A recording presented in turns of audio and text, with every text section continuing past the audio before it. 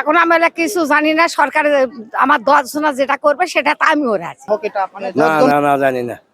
ওটা আবার কেন সরাসরি যাবো, ভোট দেবো, চলে আসবো। আর ওটা কি?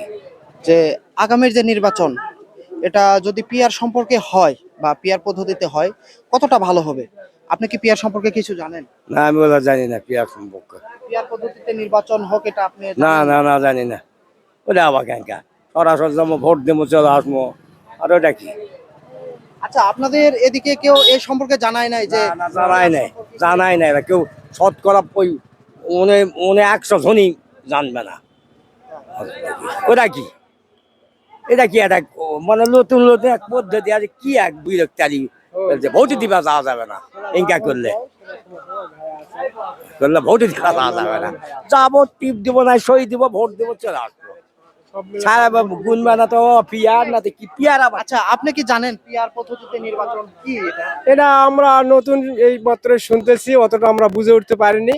তবে আমাদের বুঝে ওঠার মতো কোনো লোক আসলে আমরা বুঝে উঠবো। আচ্ছা কাকি, আপনি কি জানেন যে আগামীতে যে নির্বাচন হতে যাচ্ছে অনেক দল চাচ্ছে যে পিআর পদ্ধতিতে নির্বাচন হোক? আপনি কি জানেন পিআর পদ্ধতি কি জিনিস? বা এখন আমরা কিছু জানি না, সরকার আমার 10 জনা যেটা করবে সেটা তো আমি ওরা আছি। মানে 10 জনে যেদিকে যাবে যেদিকে যাবে সেদিকে আমিও যাবো। 10 জনে যাবে, 10 জন জানেই না পিয়ার। আপনি পিআর সম্পর্কে তো কিছু জানেন না, না? না, আমি কিছু জানি না।